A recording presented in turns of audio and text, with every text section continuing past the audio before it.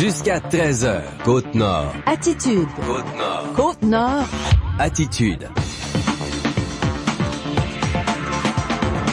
Bienvenue en ce mardi 19 septembre 2017. Côte-Nord Attitude sur les ondes de Pure FM. Jean Saint-Pierre, bonjour. Allô Tommy. Ah, je me trompe tout le temps de avec micro. Hein. Allô avec Tommy. micro, ça va bien? Oui, t'es beau avec ta veste Nous TV. Ouais, merci beaucoup. C'est joli. Ça fait du bien, un petit vent de renouveau. Oui, puis ils nous ont bien équipés. On devrait recevoir notre vanette bientôt bien identifiée. On est toujours membre de l'équipe de Cogeco Connexion, mais maintenant avec notre nouvelle appellation de Nous TV, les gens vont s'habituer tranquillement. Oui, les émissions sont commencées depuis plus d'une semaine d'ailleurs, Ouais. donc connecter ton émission à toi, exact. brancher sur l'actualité. Exactement, là, ce qui est encore Comme en onde, ceux qui s'intéressent, là, tout le processus de la préparation d'une élection municipale, là, les dépôts de candidature vont débuter vendredi. Ah ben on en a reçu pas mal à matin, je vais te dire, du côté de Port-Cartier, c'est aux nouvelles dans quelques secondes. Mais du côté de la ville de Sept-Îles, là, j'ai été rencontrer la présidente d'élection, Madame Valérie Hintz, et ainsi que le trésorier de la ville de Sept-Îles, qui nous explique quelques règlements, quelques processus pour le début d'une élection municipale. Très intéressant dans mon émission Connectée. Excellent. Et pour ce midi, à Côte-Nord Attitude, ben nous autres aussi, on suit l'actualité. Il y avait un point de presse ce matin de la directrice de la protection de la jeunesse pour la Côte-Nord, Madame Marlène Gallagher, sera avec nous en direct vers midi 28 minutes. Le bilan 2016-2017 là qu'on a publié ce matin nous montre une légère augmentation des signalements, mais une baisse des cas retenus au niveau de la DPJ dans notre région. Cette année, on porte une attention particulière aux adolescents. On va en parler avec notre directrice de la protection de la jeunesse Côte-Nord. Avant ça, on va parler d'actualité syndicale. Oh, il y en a en plus. Nicolas Lapierre, coordonnateur des métallos de la Côte-Nord, sera avec nous en ouverture d'émission. Côte-Nord Attitude à midi 15. Le syndicat des métallos a pris position, bien sûr, tout au long du processus, dans le dossier Ménarneau. Eux aussi, ils étaient un peu déçus de l'annonce vendredi. On va aussi parler de la liquidation de faillite chez Trinor et de la sécurité au travail dans l'industrie minière où le syndicat des métallos est très présent. Midi 40, on va dans le domaine de l'éducation. Exactement. Ben dans le fond, c'est les syndicats. Là, les élèves sont rentrés dans les écoles depuis quelques semaines. L'an dernier, le ministre de l'éducation était passé dans la région, avait entendu les doléances des différents corps de travail, des différentes personnes qui travaillent de près ou de loin dans le milieu scolaire. Et là, ben c'est au tour des syndicats là, de réclamer vraiment que le gouvernement passe de la parole aux actes. Donc, c'est le président du syndicat des professionnels de l'éducation, Monsieur Éric Lavoie, qui sera de passage en studio pour vraiment lancer un message clair que pour la réussite des élèves, ça passe par du réinvestissement et par des actions concrètes du gouvernement. Donc, on le recevra dans les alentours de midi 40. Le fameux projet de construire un pont pour enjamber la rivière Saguenay coûterait 300 millions de dollars. Ouais. Ce sont selon le vice-président de la Société pour un pont sur le Saguenay, Pierre Breton, qui sera avec nous en fin d'émission Côte-Nord Attitude. Il était très, très, très content. Le dernier passage de Philippe Couillard à Bécomo, là, il a laissé entendre que oui, ça pourrait avancer le projet d'un pont sur le Saguenay. On avait déjà parlé d'1 milliard de dollars. Le gouvernement fait la sourde oreille à 1 milliard. C'est mais en à 2009. 300 millions, on commence à regarder ça du côté de Québec. Surtout qu'on met plus en contradiction là, le prolongement de la route 138 en Basse-Côte-Nord et la construction d'un pont sur le Saguenay. Ça aussi, ça réjouit Pierre Breton qui sera notre invité en fin d'émission Côte-Nord Attitude. On y va avec les manchettes? Oui. Quelques informations manchettes de l'actualité locale et régionale. Bon, attendez un petit peu. Moi, je suis... C'est ça, la Actualité Pure FM.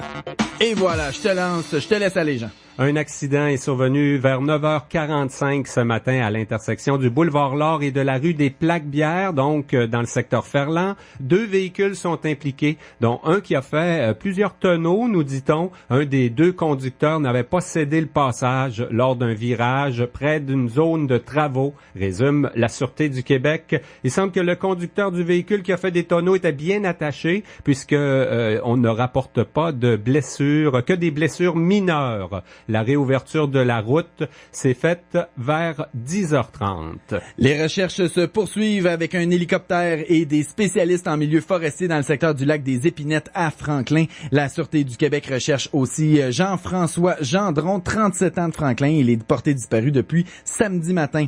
En Basse-Côte-Nord, on a peu d'espoir de retrouver Danny Lavallée en vie à Saint-Augustin. L'armée a abandonné les recherches. La garde côtière canadienne et la Sûreté du Québec patrouillent encore le golfe Saint-Laurent aujourd'hui. On a retrouvé au large l'embarcation et la veste de flottaison de l'homme de 57 ans dimanche.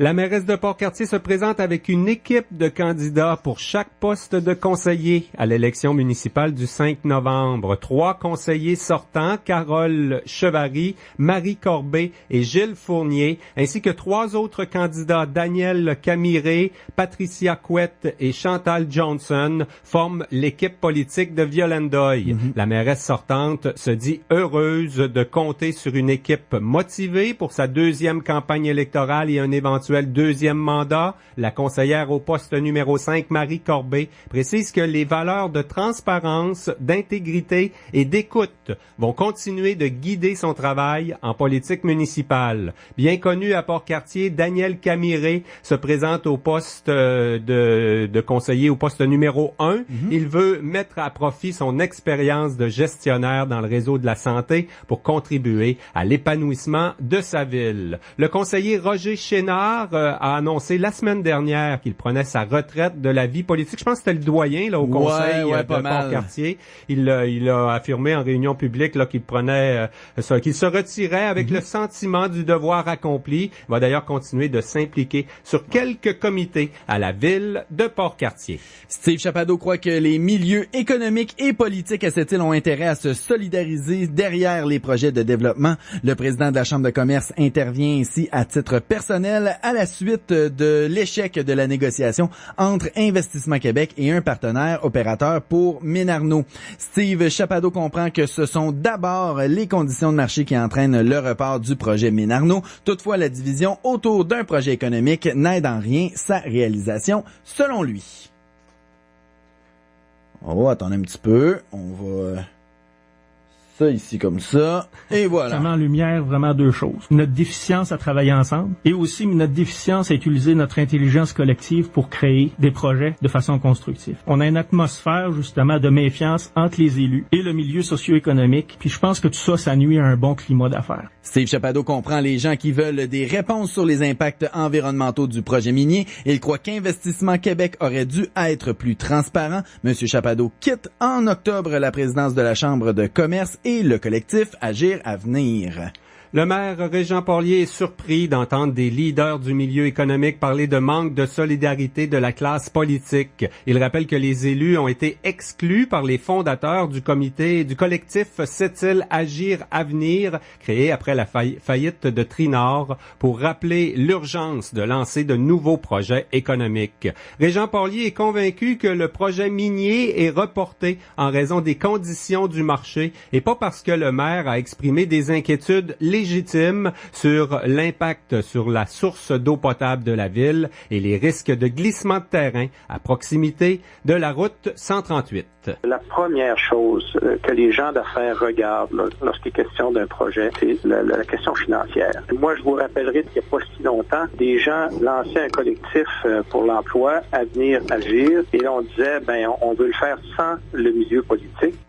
Régent Porlier précise qu'il a souvent invité au dialogue les gens de Ménarneau, d'Investissement Québec et de la Chambre de commerce, mais qu'il n'a jamais senti de volonté de ces intervenants économiques de travailler avec le maire de cette île. La pénurie de main-d'œuvre dans le réseau de la santé a été au cœur des discussions lors de l'escale à cette île de la tournée du regroupement provincial des comités des usagers. Le manque d'infirmières, de psychologues et de préposés aux bénéficiaires sur la Côte-Nord cause un essoufflement du personnel en poste, selon Jean-Pierre Porlier du comité de la résidence Gustave Gauvreau. Le directeur du regroupement provincial, Pierre Blain, a été informé de la réalité régionale à cette île samedi. Le regroupement mène une consultation sur les principaux enjeux qui interpelleront notre système de santé et des services sociaux au cours des prochaines années. Le directeur a rencontré les représentants de 16 comités des usagers du réseau Côte-Nord. Il visite aussi la Gaspésie, le Bas-Saint-Laurent et le Saguenay-Lac-Saint-Jean. Et puis mentionnons que le ministère de la Santé a trouvé des fonds. On va investir 700 000 $ pour des rénovations au CLSC d'Anticosti. La configuration actuelle du dispensaire du village de Port-Meunier sur l'île sera revue afin de bénéficier d'installations qui assureront la confidentialité, l'efficacité et la sécurité au travail. Voilà, ça complète. Courte pause et on parle ensuite avec le représentant, le président du syndicat. Coordonnateur des métallos de la Côte-Nord, Nicolas Lapierre est notre invité dans quelques secondes. Yes! Attitude. Bonjour, je suis Carole Bérubé de Sept-Îles Embellissement Nutrit Côte-Nord.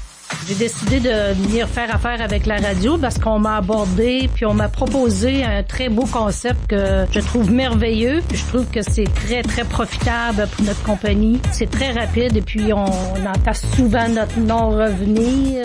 Je trouve ça merveilleux de voir le nombre d'appels puis même le monde autour de moi qui m'en parle, là, tu sais, qui me disent « Oh mon Dieu, on t'a entendu à la radio même. » Ça a une très, très bonne impact. Faites confiance à Attraction Radio et découvrez la force d'attraction. On a eu deux et un petit endroit et que j'ai valu. Non, mais il y en a-tu des malades?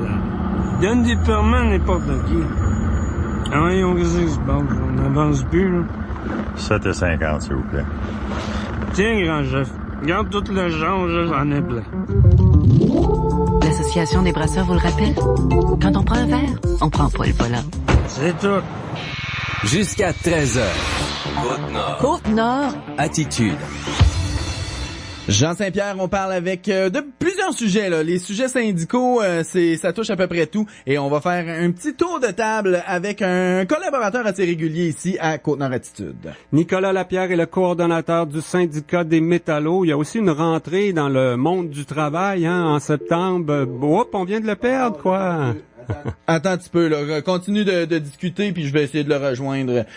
Continue, puis... Oui, il y avait la semaine dernière, entre autres, là, les métallos, dans un ancien de Sept-Îles qui est maintenant directeur des métallos pour tout le Québec, Alain Croteau, qui a organisé une manifestation devant le siège social de l'Association minière du Québec. Ça, c'est l'organisme qui regroupe les compagnies minières, dont Rio Tinto et Arcelor au Québec. Donc, et on parlait de sécurité, entre autres à la suite d'un accident mortel survenu dans une mine en Abitibi. Le syndicat avait organisé une petite manifestation pour rappeler que l'AMQ néglige de participer à des rencontres, là, des comités paritaires au niveau de la santé et de la sécurité au travail. On va pouvoir parler au coordonnateur des métallos que Tommy vient de rejoindre pendant que je vous parlais, donc... Bon. Et puis il a disparu. Ah ben torieux. Ma ligne, on dirait que ma ligne, elle veut rien savoir. Là. Attendez un petit peu. Ce que je vais faire, on va être obligé de faire une courte pause. Ouais, on va faire une courte pause. Je vous remets une courte pause d'à peu près 30 secondes. Et voilà. Puis on se jase dans quelques instants. Hey! As-tu fait une folle de toi? Non, pas encore, mais ça s'en vient! Après mon verre de trop, là, je vais traiter ma chum de tout et non, puis ensuite, je vais tomber sans connaissance devant tout le monde. Et toi? Ah, moi aussi, ça s'en vient. Hey, encore une coupe de verre, puis ça va être bon. Mais j'hésite entre me battre et insulter tout le monde au bar. Oh, papy! Ouais. As-tu pensé à vomir partout? Hey, tu me connais, je garde toujours le meilleur pour la fin. Ah! Si vous voulez vous faire remarquer pour les bonnes raisons, Éducalcool vous rappelle que la modération a bien meilleur goût. Bon, s'il me dit que le pot c'est naturel, je lui dis que l'herbe à puce aussi c'est naturel. Je peux aussi lui dire que son cerveau se développe jusqu'à 25 ans, que ça m'inquiète, que je suis là pour l'aider, que je l'aime. Pas évident de parler de cannabis à son ado. Jeunesse sans drogue offre une brochure avec tous les outils pour faciliter le dialogue. Parler de cannabis à son ado, ça s'apprend. Téléchargez-la sur jeunessessandsdroguecanada.org. Actualité pure FM. Bon, on va essayer de remettre ça sur les rails. Donc, je devrais avoir en ligne Nicolas Lapierre. Bonjour, Monsieur Lapierre. Oui, bonjour tout le monde. Yeah! C'est parce qu'il est à Québec présentement. D'habitude, il vient nous voir en studio, puis c'est moins compliqué que ça. Il serait à Tombouctou, c'est moi le problème aujourd'hui. Nicolas, on va parler d'abord de Mine Arnaud. Là, les métallos étaient bien sûr impliqués dans la coalition Sept-Îles Agir Avenir. On a toujours appuyé Mine Arnaud, finalement, pour les emplois, j'imagine. Est-ce qu'on garde espoir suite à l'annonce? Vous l'avez rencontré, le PDG d'Investissement Québec, vendredi? Oui, effectivement, on était convoqués comme une panoplie d'intervenants du milieu. Oui, on l'a rencontré, déçu de la tournure des événements, ça c'est bien évident. Mais en même temps, vous disiez qu'on était impliqués, puis soyez assurés qu'on va continuer à l'être pour le futur, parce que pour nous, on baisse pas les bras. C'est un projet qui est prêt, c'est un projet qui reçoit l'appui de la vaste majorité de la population. Il y a toutes les autorisations environnementales, il y a un décret ministériel. Donc, ce projet-là, c'est le seul projet au Québec qui est prêt à opérer. Donc, on baissera pas les bras, ça c'est sûr. Est-ce qu'il faut comprendre que c'est vraiment des raisons économiques, là, purement des raisons économiques qui entraînent le report du projet, ou s'il y a un petit peu de politique là-dedans, là, à ton avis? Ouais, c'est une bonne question. Mais écoutez, c'est sûr qu'on n'est pas dupe là, non plus. Là, on est très conscient que le prix de l'apatite n'est pas à ce qu'il était en 2012-2013. Mais en même temps, il y a aucun prix des matières premières qui est à ce qui était à l'époque de 2012-2013 où c'était l'effervescence dans les matières premières. Il y a probablement un peu de ça, mais écoutez, pour la politique, moi, je fais confiance, minimalement, à Investissement Québec et à leur volonté de faire marcher ce projet-là. Ouais. Fait que je ne saurais vous dire pour la question politique, là, mais clairement, il y a du sable dans l'engrenage, ça c'est sûr, à quelque part. Ouais. Faut quand même, au niveau du gouvernement du Québec, on a posé les gestes qu'il fallait, là, entre autres avec la société ferroviaire et portuaire de Pointe-Noire. On a amélioré le portrait pour que des projets comme Mine Arnaud, comme la réouverture du lac Bloom puissent se faire. À quelque part, ils ont fait l'effort, Québec. On peut pas s'attendre à ce que Investissement Québec soit le partenaire à 70% dans un projet minier. Non, effectivement, puis on doit déjà saluer le fait qu'il soit là, parce que si ça serait pas le cas, puis que ce serait seulement des intérêts privés, puis que ces intérêts privés-là décideraient de pas aller de l'avant, ben là, on mettrait une croix là-dessus. Là. Mais là, le fait qu'Investissement Québec reste là et maintient le bureau à Sept-Îles ouvert, en tout cas, ça laisse planer de l'espoir, ça c'est clair. Puis je pense que c'est salutaire, le fait qu'Investissement Québec soit là. Et le fait que le gouvernement a acheté la Pointe-Noire aussi en créant la Société ferroviaire et portuaire de Pointe-Noire, évidemment, ça a désenclavé le Nord et permettrait ultérieurement aux minéraux de Mine Arnaud de passer par le chemin de fer et puis s'en aller aux installations du port de Sept-Îles. Donc, ça, c'est un autre élément important du projet de Mine Arnaud. Le fait d'acheminer ça par chemin de fer, c'est extraordinaire. Ça met pas de camions sur la route, les infrastructures sont là, le port est là, tout est là. Ça fait que, oui, effectivement, le gouvernement, je pense, a fait son travail là-dedans en termes d'intervention de l'État. C'est surtout ce qu'on veut comme syndicaliste, on veut que le gouvernement intervienne quand c'est le temps, mais je pense que le gouvernement l'a fait dans ce cas-là. Puis j'ose croire qu'il va continuer à le faire avec Investissement Québec dans Mine Arnaud. C'est ce qui semble se dessiner, en tout cas minimalement.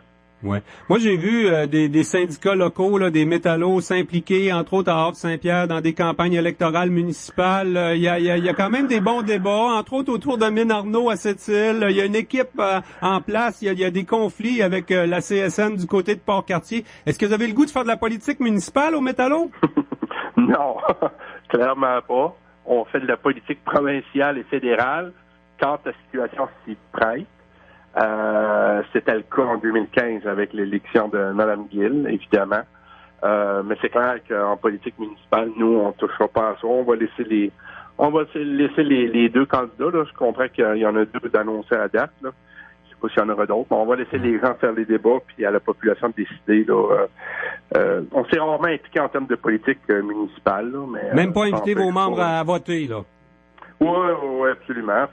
Puis s'il y a de nos officiers qui veulent s'impliquer, ben ils le font. Là, nous autres, on ne s'opposera pas à ça c'est clair. Mais il n'y aura pas de direction des métallos et de Montauban comme tel là, pour l'élection municipale. C'est bien entendu. Nicolas, est-ce que tu as suivi un peu ce qui s'est passé là, la semaine dernière du côté de Trinord? Il y avait entre autres toujours un espoir de relance. En tout cas, le bâtiment appartient maintenant à une entreprise de cette île, mais il semble que tout ce qu'il y avait dedans est parti à gauche et à droite, là. Je vous dirais pas tout à fait. Il y a eu des développements dans les derniers jours que je peux pas nécessairement divulguer, mais on est assez satisfait de la tournure des événements quand même là-dedans. Encore une fois, on a pris notre rôle au sérieux comme syndicat. On s'est inscrit comme inspecteur au niveau du syndic de faillite.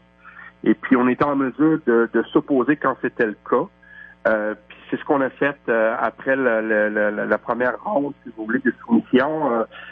Ça allait pas tout à fait comme on voulait. On voyait l'entreprise passer dans les mains de personnes en dehors de la région. Ça ne nous satisfaisait pas pour une possible relance. Donc, on s'est opposé à ça en étant inscrit comme inspecteur parce qu'on représentait nos travailleurs là-dedans. Parce que nos travailleurs avaient des droits, il y avait des choses qui étaient impayées, évidemment, là-dedans. Puis on a influencé la chose. Pas seul, par contre, là, je tiens à dire que le milieu économique à cette île a fait son travail aussi. On a travaillé de pair avec le milieu économique de cette île. On est assez satisfait de la tournure de ça, puis je pense qu'ultérieurement, on pourra je pense que les gens concernés pourront vous signaler ça, là, mais j'ai pas l'autorité pour le faire, mais je peux vous dire que le dossier de Femmes Nord, on pense qu'on devrait être capable d'atterrir à quelque chose de satisfaisant pour la région. Ce qui était important là-dedans, c'était de garder une belle et grande entreprise comme ça, ayant une capacité de recevoir des gros chantiers, si vous voulez, puis être capable de fabriquer de grosses pièces. Puis ça va rester dans les mains de la région, mais on est très satisfait de la tournure. Dernier dossier, Nicolas Lapierre, là, un de tes prédécesseurs comme coordonnateur des métallos de la Côte-Nord, Alain Croteau, a organisé une manifestation devant le siège social de l'Association minière du Québec qui représente les compagnies. Suite à un décès en Abitibi, on voulait souligner peut-être que les compagnies participent pas suffisamment au dialogue là dans tous les dossiers de santé, sécurité au travail. Est-ce qu'il y a des problèmes au niveau de la santé, des inquiétudes au niveau de la sécurité au travail dans l'industrie minière sur la Côte-Nord? Oui, il y a beaucoup d'inquiétudes. C'est la raison pour laquelle Alain Croteau, le directeur, a orchestré un peu cette manifestation-là, dont participaient plusieurs présidents de la Côte-Nord de différentes minières et de l'Abitibi, évidemment. De par cette manifestation-là, on manifestait de beaucoup notre inquiétude par rapport au fait qu'on est rendu à 2 décès dans les mines. Et puis, il reste encore 4 mois à 2017.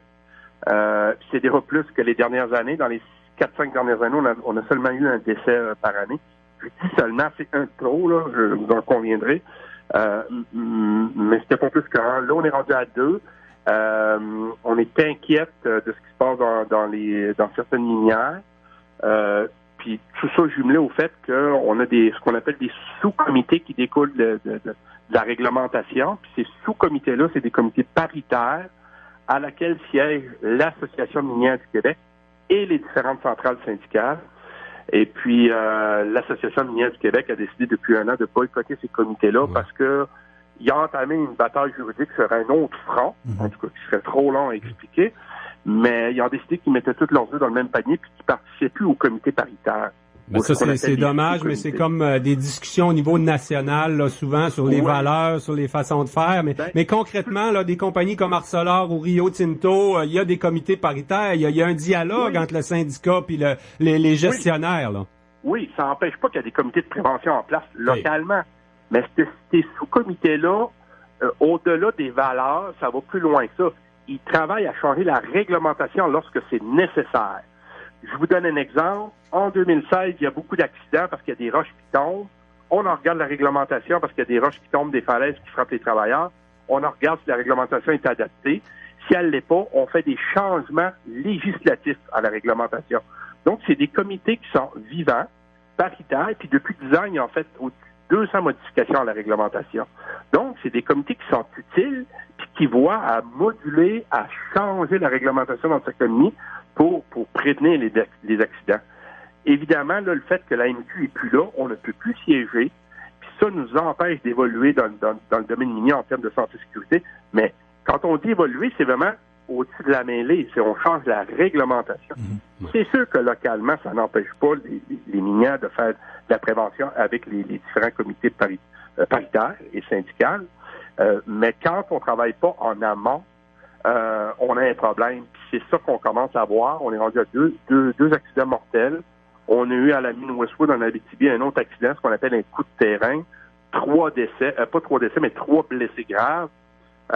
Donc, nous, ce qu'on a voulu, c'est lever le drapeau rouge puis informer la ministre, dire, écoutez, sommez l'Association minière du Québec qui représente l'ensemble des employeurs, sommez-les de venir s'asseoir pour faire évoluer la santé-sécurité. Ben, c'est des dossiers importants où le syndicat a affaire à être présent. Nicolas Lapierre, coordonnateur des métallos de la Côte-Nord. Un gros merci pour ta disponibilité ce midi. Ben, merci. Bonne journée, là. Au revoir. Côte-Nord. Attitude. Pur FM 94. Jusqu'au 8 novembre, les bas prix Maxi sont baissés encore plus bas. Exemple, le paquet de 16 yogourts Yoplait Source 100 grammes est à 4,98 $. Dans une compétition de prix élevé, là, Maxi finirait bon dernier. Sûr et certain. Maxi, imbattable, point final. Sanimanic Côte-Nord a plusieurs postes à combler pour ses activités journalières à cette île, tels qu'opérateur de camion vacuum, chauffeur de camion-citerne et aide-opérateur. Vous devez avoir un permis de conduire valide selon la classe recherchée. Envoyez votre CV par courriel à info.si@sanimaniccôtenord.com ou apportez-le en personne au 1707 Boulevard L'Art. L'événement Liquidation totale chez Olivier Chrysler à Sept-Îles est en cours. C'est le moment ou jamais d'obtenir 15 % de rabais sur le prix de détail suggéré par le fabricant sur le Jeep Grand Cherokee ou 10 % sur le Jeep Cherokee. Optez pour un Dodge Grand Caravan et obtenez 25 % de rabais sur le prix affiché. Ou pour l'un de nos modèles Ram 1500, offert lui aussi avec une économie pouvant aller jusqu'à 25 % du prix affiché. Faites vite et venez profiter de la liquidation totale chez Olivier Chrysler. Côte-Nord. Attitude. Jean, la DPJ déposait ce matin son bilan 2016-2017 sous le thème « Une traversée en eau vive ». Oui, on mise sur l'adolescence. En fait, on veut faire de la sensibilisation et plus de prévention au niveau de l'adolescence cette année, en marge de la publication de ce bilan annuel, là, celui de 2016-2017. Marlène Gallagher est directrice de la DPJ, notre directrice de la protection de la jeunesse, donc pour la Côte-Nord. Bonjour, Madame Gallagher. Bonjour à vous. On parle dans le bilan là d'une légère hausse des signalements traités pour la Côte-Nord, 3109 signalements, on en a retenu 904. C'est comparable quoi, c'est à peu près ce qui se passe d'une année à l'autre? Je vous dirais que cette année, on rejoint, je dirais, un peu plus la tendance provinciale parce qu'au niveau de la province, il y a eu une augmentation de 4 %. Mais contrairement à l'année passée, la Côte-Nord avait connu une hausse importante de signalements. On était à 15 % l'an passé. Donc, je vous dirais que cette année, avec une hausse de 2 %, comme je disais, on rejoint un peu le portrait provincial au niveau de l'entrée de signalement. Oui. Et ça inclut l'ensemble de la Côte-Nord, hein, aussi les communautés autochtones qui ont leur propre service de plus en plus là, en matière de protection de la jeunesse. C'est inclus dans vos statistiques? Je suis effectivement la directrice de la protection de la jeunesse pour tous les enfants de la Côte-Nord, donc autant pour les enfants autochtones que non autochtones. OK.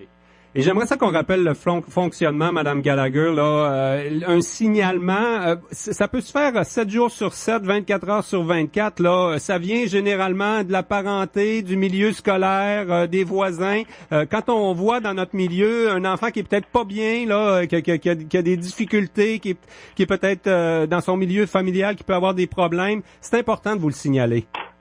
Vous touchez un point qui est essentiel pour la protection des enfants, c'est qu'effectivement, dès qu'une personne est inquiète, préoccupée par la situation d'un enfant, il ne faut pas hésiter d'appeler à la protection de la jeunesse parce qu'on a dans les faits 2 services auxquels on peut soutenir le voisinage, la parenté, les écoles dans leur préoccupation pour les enfants. Ils peuvent nous appeler pour nous consulter sur la situation d'un enfant Ils peuvent aussi nous appeler pour signaler.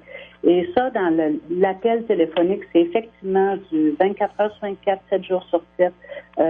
Il y a aussi, les gens peuvent nous écrire via une adresse courriel et toute cette information-là est disponible sur le site Internet du CIS de la Côte-Nord, sur l'onglet de la protection de la jeunesse. Donc, les gens ne doivent pas hésiter parce que le signalant est confidentiel. Donc, il y a peu de personnes ou pas de personnes qui ont accès à savoir qui nous a signalé la situation d'un enfant.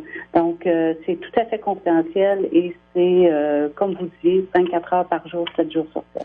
Madame Gallagher, comment on peut qualifier les délais d'intervention lorsqu'un signalement est fait ou qu'il y a une intervention qui doit être faite par la DPJ auprès d'une famille ou d'un enfant?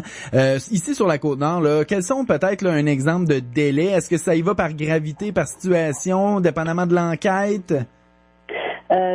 Tous les signalements qui nous sont faits par la population sont traités par notre service de rétention, traitement des signalements, et eux, ils ont une grille d'analyse qui nous permet de prioriser dès l'entrée la situation d'un enfant. Donc, dépendant de sa vulnérabilité, donc de l'âge, de la gravité, de l'information qui nous est transmise, on va soit intervenir la journée dans l'heure qui suit, dans le 24 heures ou à l'intérieur de 3 jours. Je dirais que les délais, de façon générale, sur la Côte-Nord, pour tout ce qui est d'une situation d'urgence, donc d'aller dans la prochaine heure ou dans les 2 prochains jours, on respecte tout à fait les standards et les enfants sont vus dans les délais prescrits. Il y a quelques secteurs où, effectivement, on a des fois du manque de ressources humaines qui fait que nos délais se prolongent un peu, mais on est quand même dans des délais qu'on peut considérer acceptables. Oui, c'était ma question suivante, là, parce qu'on entend beaucoup parler de pénurie, de main-d'œuvre, d'infirmières, de psychologues dans le réseau de la santé, mais du côté de la DPJ, il faut quand même déployer des effectifs sur un très vaste territoire. Il y a des communautés qui sont éloignées les unes des autres. Il y a des réalités qui peuvent être différentes dans les villes nordiques, en Basse-Côte-Nord. On a quand même les effectifs pour répondre à votre mission? On a les effectifs de façon générale assez bien répartis sur le territoire, effectivement. Je dirais que le secteur encore cette année qui reste préoccupant et qu'on est à trouver des solutions et à mettre en place des solutions, c'est effectivement le secteur de Sept-Îles et de Port-Cartier où le personnel pour remplacer notre personnel qui est soit en congé de maternité ou en congé de maladie, c'est un peu plus difficile dans le secteur de Sept-Îles et Port-Cartier. Oui. Et quand il y a des signalements, les signalements retenus, là, près de la moitié, c'est de la négligence. Il y a aussi beaucoup de signalements qui concernent des abus physiques et bien sûr des mauvais traitements psychologiques. Là, c'est principalement ce dont on constate. Oui, effectivement, c'est aussi la tendance au niveau provincial. C'est effectivement les problématiques qui nous sont le plus signalées. Quels moyens on a pour intervenir? C'est sûr que, ici, à cette île, là, tout le monde connaît le centre La Vérandrie qui est géré par la DPJ, qui fait partie de vos services, ce sont vos effectifs également. Mais on essaye quand même toujours de garder, de travailler avec la famille, de garder le jeune dans son milieu familial. C'est d'abord et avant tout notre mission, c'est de rétablir l'équilibre dans la famille pour que les parents puissent eux aussi retrouver le chemin de leurs habiletés parentales et de bien répondre aux besoins des enfants. Fait qu'effectivement, la majorité des jeunes, plus de 75% des jeunes sont maintenus dans leur milieu familial. Et notre thème cette année, c'est sur les adolescents. Et à la croyance populaire, les gens pourraient penser que la protection de la jeunesse intervient surtout avec des adolescents qui ont des troubles de comportement. Mais c'est pas le cas. Seulement 33% des jeunes qui sont suivis, adolescents suivis en protection de la jeunesse, sont suivis pour des troubles de comportement. Le reste, donc toutes les autres adolescents sont suivis parce qu'ils sont dans un milieu où on retrouve de la négligence, des mauvais traitements psychologiques ou de l'abus physique. Je l'aime bien, moi, votre thème, l'adolescence, une traversée en eau vive. Ce qu'on veut rappeler aux parents, à l'entourage, à tout le monde qui côtoie des adolescents, c'est sûr que les intervenants en milieu scolaire, ils connaissent ça, là, sont habitués, mais c'est que ces jeunes-là, finalement, ils peuvent vivre des difficultés, puis faut les aborder différemment. Ah, tout à fait. Vous touchez le point central de notre bilan cette année, c'est ouverture, d'avoir de la bienveillance, d'être à l'écoute. Et on sait qu'aujourd'hui, l'écoute auprès des adolescents se fait plus nécessairement dans le direct de 1 à 1, mais se fait beaucoup dans la virtualité. Et il faut rester en contact avec nos jeunes. Faut provoquer des moments d'échange, de rencontres pour s'assurer que nos adolescents se portent bien. C'est un âge exigeant et complexe, c'est ce qu'on dit dans le communiqué, en raison des nombreux changements qui se manifestent tant sur le plan physique que sur le plan psychologique. Moi, je dirais que nos adolescents, finalement, comparativement à l'enfance, des fois, on oublie qu'ils ont aussi besoin d'amour et de compréhension que les enfants. Là, même nos jeunes adultes, ils ont toujours besoin d'amour, mais il faut que ça s'exprime différemment. Jean, peu importe à l'âge qu'on a, on a besoin d'amour. Tout à fait. Eh bien, Madame Marlène Gallagher, directrice de la protection de la jeunesse pour la Côte-Nord, un gros merci d'avoir pris du temps avec nous en direct ce midi, là. C'est moi qui vous remercie. Continuez votre bon travail à la DPJ, c'est du travail qui est pas toujours évident. Donc, on passe une courte pause et on revient. On parle du milieu scolaire dans quelques secondes. Jusqu'à 13h. Côte-Nord. Côte-Nord. Attitude. Pur FM 94.1. Le 14 octobre, à Place de Ville, participez au défi Tête à prix de l'Association du cancer de l'Est du Québec. Faites comme Wayne Malouin. Inscrivez-vous, embrassez la cause et faites la différence. Rendez-vous à défitêtesapris.org. Une invitation de votre station Attraction Radio. Roulez avec ce qui se fait de mieux, roulez en Mazda 3. Nommé meilleur achat dans sa catégorie par le Guide de l'Auto 2018. Difficile de faire mieux, surtout quand elle est offerte à 0% au financement à l'achat ou en location à partir de 47 $ par semaine, zéro comptant. Oui, une Mazda 3 à 47 $ par semaine. Et ce qui est encore mieux, c'est qu'elle vient avec une remise en argent ou 4 pneus d'hiver sans frais. C'est le temps de passer à mieux. Passez à Mazda. Jusqu'au 2 octobre. Location 60 mois, pneus jusqu'à concurrence de 425 $. Des conditions s'appliquent. Détails chez votre concessionnaire Mazda. Samedi le 23 septembre à 20h, le souvenir d'une époque magique, belle et envoûtante s'empare de la salle Jean-Marc Dion avec la tournée des Idoles 2. Animé par Mario Lirette, cette seconde édition met en vedette Patrick Zabé, Jenny Rock, le trio féminin à succès Les Mille Ladies, l'ex-chanteur des Sultans Brossuard et une réunion surprise et exclusive sur scène, celle de Serge Laprade et de Michel Richard. On va pas passer l'été au lit. Présenté en collaboration avec Multilogie et Le Voyageur. Procurez-vous vos billets à la salle Jean-Marc Dion par téléphone au 88 962 0100 ou en ligne en tout temps jusqu'à la veille du spectacle au www.spectacle-7-il.com. Votre salle de spectacle présente pour vous sur Facebook. Attitude. Alors, de retour à Côte-Nord Attitude avec Tommy Auger et Jean Saint-Pierre. Et là, on se transporte toujours dans le milieu des enfants, des jeunes, mais on parle de la DPJ au milieu scolaire. Et on s'entretient avec le président attendez un petit peu, président du syndicat des professionnels de l'éducation, Monsieur Éric Lavoie. Bonjour. Bonjour. Donc, le ministre Proulx, ça fait pas longtemps qu'il disait qu'il allait améliorer la réussite scolaire. On avait une belle politique à Québec. On va essayer de voir si l'argent a suivi vers les régions. C'est la première chose sur laquelle je voudrais vous lancer, Monsieur Lavoie. Dans le fond, l'an passé, le ministre Proulx était de passage ici dans la région pour venir écouter les gens du milieu scolaire, les intervenants, les gens qui gravitent autour des écoles. Les promesses et les attentes, peut-être nous faire un petit portrait là, de quelles promesses le gouvernement avait fait et quelles étaient les attentes du syndicat? En tout cas, nous autres, au niveau des professionnels, c'est qu'au niveau de la province, ce qui en est ressorti, c'était que il y aurait besoin de 1500 postes professionnels au niveau provincial. De plus que ce qu'on a plus que ce qu'on a actuellement. Ce qui est quand même pas mal. Il faut se rappeler que le gouvernement libéral avait déjà diminué depuis quelques années. Il avait diminué les services, puis là, il proposait d'en rajouter, ce qui nous amènerait peut-être au niveau d'avant. Okay. Déjà, avant, il y avait des manques. Okay. Fait que là, on est actuellement dans la région immédiate, pour aujourd'hui, là, on n'est pas encore rendu là. On n'est pas du tout on n'est même pas dans les chiffres qu'on avait avant les coupures. Juste pour bien comprendre de quoi on parle, là, il y a 2 syndicats quand même dans le réseau de l'enseignement. Les profs, c'est pas des professionnels, en fait, c'est des professionnels à leur façon, là. Mais on parle pas des professeurs, on parle de tous les autres employés, finalement, qui ont affaire à des jeunes, là. Il y a des psychologues, des travailleurs sociaux dans nos écoles. Tous les gens, oui, en gros. Des conseillers en orientation. Oui, je vous dirais que les gens, dans mon syndicat, ce sont des gens qui ne sont pas enseignants, mais qui ont des diplômes universitaires.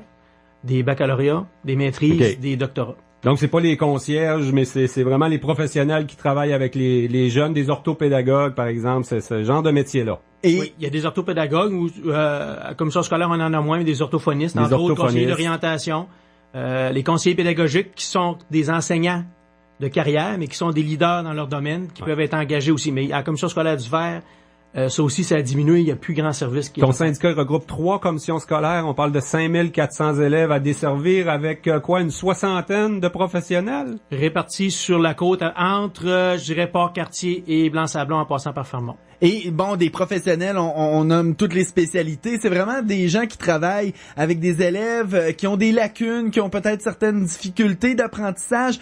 C'est grâce à eux, principalement, si on est capable de rehausser le niveau scolaire des classes et des écoles. C'est un travail qui se fait en collaboration avec tout le personnel. Les enseignants sont la première ligne. Et puis l'accompagnement qui doit être fait justement autant pour trouver, faire des évaluations, puis faire l'accompagnement, aider à trouver des solutions, proposer des pistes qui sont prouvées par des recherches pour dire qu'on peut avancer avec ça avec les élèves. À ce moment-là, c'est les professionnels qui peuvent intervenir. Je tiens à dire juste une petite parenthèse qu'on a aussi des professionnels au niveau du secteur administratif. On n'en parle pas beaucoup aujourd'hui, mais on a des gens aussi qui travaillent aux ressources humaines, dans les finances. Comme je vous dis, les gens qui ont un diplôme universitaire dans les commissions scolaires. Mais là, quand on parle au niveau des élèves, oui, orthophonistes, travailleuses sociales, psychologues. Travailleuses sociales, on n'en a pas à la commission scolaire. Orthophonistes, on est en gros manque. Psychologue, on en a seulement une pour le primaire à Sept-Îles. Les autres secteurs de la commission scolaire, il n'y en a pas. Est-ce que c'est un manque de budget ou c'est un manque de ressources? On n'est pas capable de trouver les gens pour venir travailler ici, ou en ayant de l'argent, on serait capable de plus les attirer? Je vous dirais que c'est un mix. Okay. C'est un mix des deux. Oui, il y a un manque de ressources. Par exemple, au niveau des psychologues, les conditions sont plus favorables dans le milieu de la santé. Okay. Les gens préfèrent, ou dans le privé. Ce qui fait que les psychologues ont moins tendance à venir dans le milieu parce que ça fait des années qu'on n'engage pas. Donc, puis la psychologue au primaire, tout ce qu'elle fait, elle fait des évaluations. On peut pas vraiment faire de suivi ou d'accompagnement. Une fois qu'elle a évalué, c'est une toute autre sorte de pratique.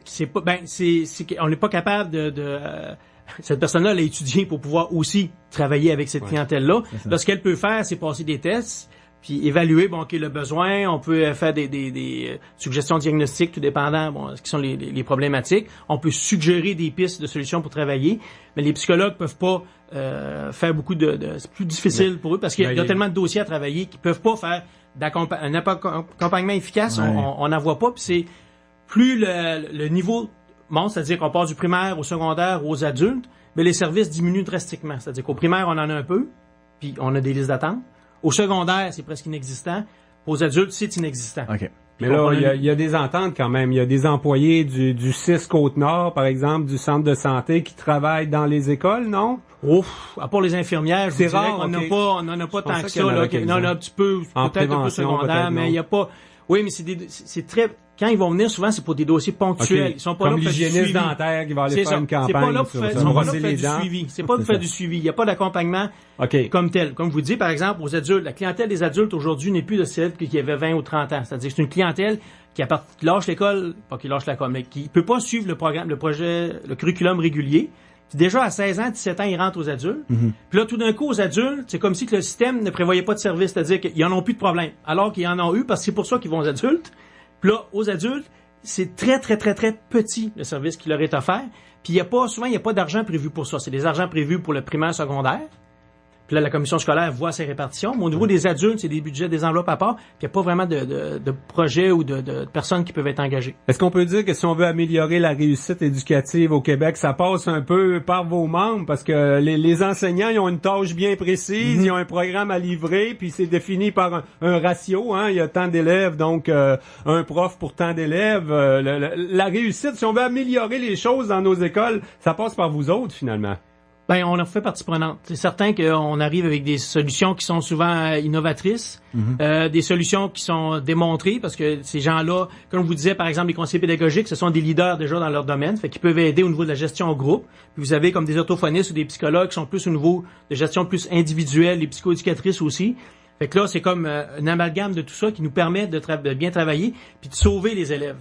comme je vous dis, là, c'est de pouvoir leur permettre... Contrer le décrochage aussi, à quelque part. Oui, puis l'intégration des technologies aussi, les enseignants sont souvent dépourvus, ça fait qu'ils ont besoin d'accompagnement là-dedans pour pouvoir que ça soit plus efficace comme outil. Ce qu'on veut, c'est pouvoir permettre à ces élèves-là de continuer et rester, parce qu'on sait que plus ils vont aller loin dans les études, plus ils vont trouver des meilleurs jobs, puis ils vont profiter à la société en général. Il nous reste juste une petite minute, là. Est-ce qu'on est capable d'évaluer le montant là, qu'on aimerait que le gouvernement investisse, du moins pour la partie dont vous représentez là, le nord-est du Québec, pour réussir là, à remonter un peu la pente? Oh, j'ai pas de montant d'argent précis en tête, mais je pourrais vous dire là, qu'il y aurait facilement, là, je vous dirais, une dizaine de postes là, qui pourraient être comblés, là, répartis sur la Côte-Nord. C'est ça, là, de différentes spécialités, parce que chacun a sa spécialité. Exact. Puis là, c'est ça qui nous manque là, actuellement pour être pleinement efficace. Parce qu'il y a beaucoup de... Comme je vous dis, les listes d'attente, ça devrait jamais arriver. Mais mes membres sont frustrés de vivre avec ça, mais ils doivent faire avec. On va souhaiter que... pas donner un bon service non plus, c'est ça. Puis quand on a été formés pour ça, on aimerait tant avoir les ressources. Et quand on voit que ça touche des enfants, la réussite des enfants qui est notre avenir, c'est d'autant plus important. On va souhaiter que l'écoute dont a fait preuve le ministre Proulx lors de son passage ici se fasse directement, concrètement sur le terrain. Monsieur Éric Lavoie, président du syndicat des professionnels de l'éducation pour le secteur nord-est du Québec. Merci beaucoup. Merci à vous. Oui. Et voilà. Côte-Nord. Attitude. Pur FM 94. Pascal Automobile est à la recherche d'un commis de pièces pour un poste permanent à Sept-Îles. Le poste consiste à accueillir les clients au comptoir des pièces, répondre à leurs demandes, de même que celles des ateliers mécaniques et carrosserie, et maintenir le classement des pièces. Un minimum de 2 ans d'expérience dans le domaine serait un atout. Pascal Automobile offre une rémunération selon les qualifications du candidat et un programme d'avantages sociaux compétitifs. Pour postuler, envoyez votre CV par courriel à Stéphane Dallaire à commercial-pascalchevrolet.com ou chez Pascal Automobile au 109 Monseigneur-Blanche. Bonjour, ici Véronique Ducamp. Cette semaine, à l'émission Isabelle Boulay chante du Scorpion, on fait une surprise de taille à Jean-François Brault et on découvre qu'Éric Salvaille chante très bien. Ici, on chante vendredi 20h. Ici Radio-Canada Télé. C'est grand! C'est très grand! C'est même très, très grand! Grand arrivage à votre magasin La Liquidation. On n'a que du neuf pour vous. Grand choix de vêtements pour toute la famille. Grand choix de décoration, dont de la déco exotique. Et La Liquidation, c'est toujours le plus grand choix de meubles pour la cuisine, le salon et la chambre à coucher. On a aussi un grand spécial sur les matelas et un grand arrivage de luminaires. La Liquidation, toujours le magasin de meubles le moins cher de la région, avec que du neuf pour vous. La Liquidation, 460 Place du Commerce. Côte-Nord. Attitude. Pur FM 94. J'ai avec moi le vice-président de la Société pour un pont sur le Saguenay, Monsieur Pierre Breton. On va parler de ce projet-là qui gagne des appuis avec ce qu'on a vécu cet été, des longues attentes presque à tous les jours du côté de la traverse entre Tadoussac et Baie-Sainte-Catherine. Pierre Breton, bonjour, bienvenue à notre émission. Bien, bonjour, Monsieur Saint-Pierre. Monsieur Breton, il y a quand même une des discussions avec le premier ministre a abordé le dossier lors de sa venue estivale sur la Côte-Nord. C'était même pas prévu à son agenda, mais finalement, il y a quelqu'un qui a posé la question à Bécomo, puis il a pris un engagement là quand même. Donc, le projet progresse pour un pont enjambant la rivière Saguenay. Oui, tout à fait. Il y a eu Le premier ministre a fait sa visite à Bécomo et il a rencontré l'ensemble des maires de l'est de la Côte-Nord, c'est-à-dire les maires de Baie-Trinité jusqu'à Sacré-Cœur et Tadoussac étaient présents et ont demandé formellement au premier ministre de faire le pont, point à la ligne. Et à travers ça, quelques mois auparavant, on avait déjà la commission jeunesse du Parti libéral du Canada qui avait passé une résolution demandant qu'un pont soit construit à Tadoussac. On a tout récemment un congrès du Parti québécois aussi qui a passé une résolution demandant la construction et l'achèvement de la route 138 et la construction d'un pont sur le Saguenay. Et tout ça en même temps qu'un pont similaire est en train de s'achever à Narvik, en Norvège, et vous pouvez voir ça sur le site internet en faisant Halogaland de Brua, Halogalandbrua, webcam, et vous allez voir le pont en direct et les navires qui sont en train d'installer le tablier final du pont, un pont à 2 voies comme sur la route 138 qui aura coûté 250 à 300 millions de dollars. Donc c'est le même genre d'infrastructure qu'on vise sur sur la Côte-Nord. Là, depuis la visite du premier ministre, moi, ce que je trouve plus réjouissant, en tout cas plus à l'avantage de ce projet-là, c'est qu'il commence à y avoir de la solidarité régionale. Là. Avant ça, on mettait ça en contradiction. Ça va être la route 138. Là, on va toujours bien désenclaver la base Côte-Nord avant de construire un pont entre Tadoussac et Baie-Sainte-Catherine. Mais là, c'est plus le cas. Il semble que les deux projets peuvent avancer en parallèle. Hein? Ah, tout à fait. Et rappelons-nous que cet exercice-là, depuis le début, il y avait une solidarité régionale et on ne connaît personne qui s'est opposé, à l'exception évidemment du maire de Tadoussac qui, lui, s'inquiétait pour les emplois, mais il y a personne qui s'est opposé formellement au dossier du pont. Ce qui est arrivé dans les années, au moment où la conférence régionale des élus existait, la conférence régionale des élus a mis sur pied un projet qui s'appelait Pavon-Lavoie, qui avait pour objectif de terminer la boucle du nord-est canadien, c'est-à-dire la 389, la 510 vers le nord, Labrador-Cité, Goose Bay, et terminer la route en Basse-Côte-Nord et le pont sur le Saguenay. C'était les trois projets qu'il y avait, la 389, la 138 vers Blanc-Sablon et le pont sur le Saguenay. Et tout le monde priorisait le projet d'achèvement de la route 138 jusqu'au moment où, en 2009, l'étude est sortie, puis là, on a dit ça va coûter 1 milliard, un pont. Alors là, cette étude-là a duré 8 ans. Et à un moment donné, les gens de la Côte-Nord, dont nous étions à la Société du Pont, ont voulu aller au fond des choses et en grattant un petit peu dans l'étude, ça nous a pris quelques années pour trouver les réponses, mais on s'est aperçu qu'on prévoyait des autoroutes avec 6,5 km de tunnels, par exemple, en 99 pour 660 millions de dollars d'aujourd'hui seulement pour les tunnels.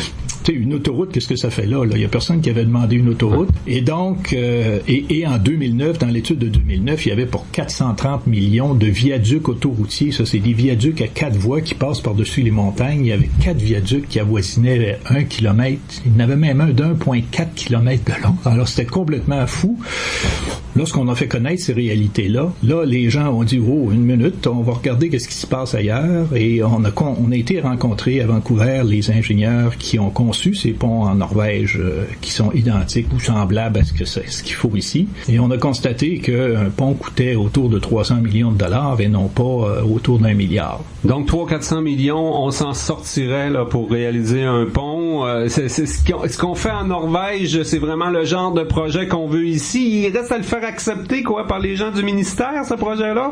Oui, mais évidemment, le problème, c'est que le ministère des Transports est en conflit d'intérêts dans ce dossier-là depuis 40 ans et ça l'a compliqué beaucoup le dossier, ça l'a faussé des choses. Et si on regarde froidement simplement ce qui se passe aujourd'hui, on constate que les traversiers aujourd'hui, le coût des traversiers qui ne sont pas terminés, qui vont arriver quelque part en 2018 si tout va bien, le coût des traversiers est de 320 millions. On se comprend, 250 millions pour les 2 bateaux, 40 millions pour les travaux à quai et 30 millions pour les rampes d'accès qui ont été changées de part et d'autre. 320 millions, on sait qu'un pont va coûter 300 millions, puis que sur un pont, il n'y a pas besoin de 5 équipages par jour, 365 jours par année, qu'il n'y a pas besoin de carburant, qu'il n'y a pas besoin de réfection, qu'il n'y a pas besoin de moderniser à tous les 20 ans, comme sur les traversiers. Il n'y a pas besoin de reconstruire des traversiers neufs aux 40 ans. Un pont, c'est bon pour 100 à 200 ans. Vous et moi, est-ce qu'on va voir ça de notre vivant? Est-ce qu'on peut l'espérer, M. Breton? Parce que, quand même, là, c'est jamais vite au Québec, les décisions politiques, même les chantiers, les coûts, les dépassements de coûts tout le temps. Ils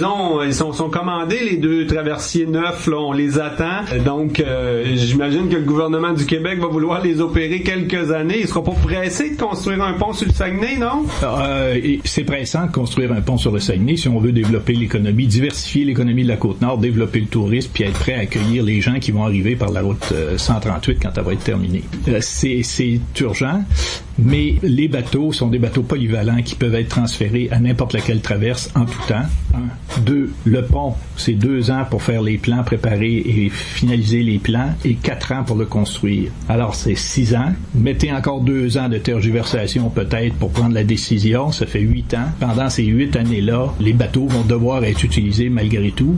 C'est dans l'intérêt, et ce qu'il faut bien comprendre, là, c'est que c'est nettement dans l'intérêt des contribuables québécois d'abord, d'économiser 20 millions par année facilement en construisant un pont plutôt qu'en maintenant des traversiers. Dans l'intérêt des utilisateurs de la route, parce que le syndrome de la traverse va être terminé, il n'y aura plus les super pelotons de 100 véhicules, là, avec les nouveaux bateaux, 110 véhicules qui vont sortir du bateau puis qui vont s'en aller sur une route l'autoroute où il n'y a pas de place pour dépasser. Il y aura plus tous les aléas et tous les problèmes reliés à la circulation, à la fourniture des industries sur la Côte-Nord aussi. Alors, c'est simple et facile à comprendre. Le défi maintenant, c'est de s'assurer que les gens qui sont en conflit d'intérêts au ministère des Transports ou à la Société des traversiers ne soient pas les promoteurs ou les personnes responsables des études. C'est aussi simple que ça. Et cet exercice-là est en cours présentement et M. Couillard a fait preuve d'une grande compréhension, rapide, d'une grande compréhension dans le dossier et on pense qu'on est sur le bon chemin. Mais c'est quand même facile à dire, là, à Bécomo, devant des journalistes, devant le maire, devant des élus qui en veulent un pont sur le Saguenay, d'y aller comme ça 1 an et demi avant l'élection, puis dire qu'on va ouvrir un bureau, que oui, ça fait partie de nos plans éventuellement. Est-ce que vous sentez vraiment là de la volonté politique actuellement? Bon, il y a les libéraux, il y a peut-être d'autres partis qui pourraient former le prochain gouvernement, la CAQ, le Parti québécois. Est-ce que vous avez l'impression que politiquement, ce projet-là, là, il avance? Ça va prendre de la volonté politique de toutes les tendances, là? Tout à fait. Il faut bien comprendre que l'ennemi dans le dossier, c'est le Québec central. C'est la centralisation du Québec, le modèle québécois qui fait qu'on ne fait pas d'investissement dans les régions sans que ce soit rentable pour le centre. Ça, c'est l'ennemi numéro 1. Ce modèle québécois-là, il est encore là aujourd'hui, même si personne ne veut le dire. Tous les partis politiques sont noyautés par le centre et ont de la difficulté à faire avancer des dossiers d'importance dans les régions qui ne soient pas rentables immédiatement, là, comme des barrages, il n'y a pas de problème. Dans le cas du pont sur le Saguenay, money talks. Et ça, on n'avait jamais eu ça avant. L'argent parle dans ce dossier-là. Et le gouvernement du Québec ne peut pas justifier devant les contribuables de continuer de payer des 20 millions de plus que s'il y avait un pont à chaque année, puis ça va s'accroître avec l'inflation. Il peut pas continuer de justifier des montants comme ça, puis un système d'accès à la région Côte-Nord aussi archaïque et désuet que des bateaux passeurs. C'est injustifiable depuis longtemps, et là, l'argent parle aujourd'hui. Donc, il y a toutes les raisons d'espérer que rapidement, les choses vont se mettre en branle. En tout cas, les appuis sont là, hein? On les a de plus en plus. Du côté politique, moi, c'est le maire de Sept-Îles qui m'a dit récemment qu'il était content de voir que c'était plus en contradiction le prolongement de la route 138 en Basse-Côte-Nord et l'idée de construire un pont sur la rivière Saguenay. Bien sûr, du côté touristique, là, c'est souhaitable. Les 2 ATR appuient, mais de plus en plus de citoyens avec ce qu'on a vécu de longues attentes, des détours, beaucoup de gens qui faisaient le détour par Saguenay, là, par Chicoutimi finalement pour joindre la Côte-Nord à Québec. Donc c'est tout ça qui va peut-être un jour faire débloquer le projet, j'ai l'impression. Ah, tout à fait. Puis peut-être un jour, là, il faut qu'on travaille ensemble. Si les gens restent solidaires et proactifs, ça prendra pas 10 ans à prendre une décision, là. Il y a des choses qui doivent se passer rapidement parce qu'on a atteint le point de saturation. Là, c'est des vies qui sont en danger. C'est avec le syndrome de la traverse, 110 véhicules, on peut pas se permettre d'attendre bien des années puis de regarder les gens se blesser ou mourir sur la route parce qu'elle est pas fonctionnelle puis que le système est complètement archaïque, le système de chaloupe, comme on disait à l'occasion. Eh bien, Pierre Breton, vice-président de la Société pour un pont sur le Saguenay, un gros merci pour votre passage à notre émission Côte-Nord Attitude aujourd'hui. Avec plaisir. Bonne journée. Alors, j'ai encore une fois une émission bien remplie, plusieurs sujets. Demain, de quoi tu parles avec Valérie? Ça reste à déterminer. Ah, bon. Un sujet possible. Je sais qu'on reçoit madame l'artiste Kathleen Walsh-Moleski pour parler entre autres des Journées de la culture et de son projet, là. Puis jeudi, on recevra Violaine Dole, je confirme ça cet après-midi pour parler, là, elle a envoyé un communiqué. Elle se présentera avec une équipe. Exactement. Donc, bonne fin de journée tout le monde. C'était Côte-Nord Attitude à Pure FM. On se revoit demain.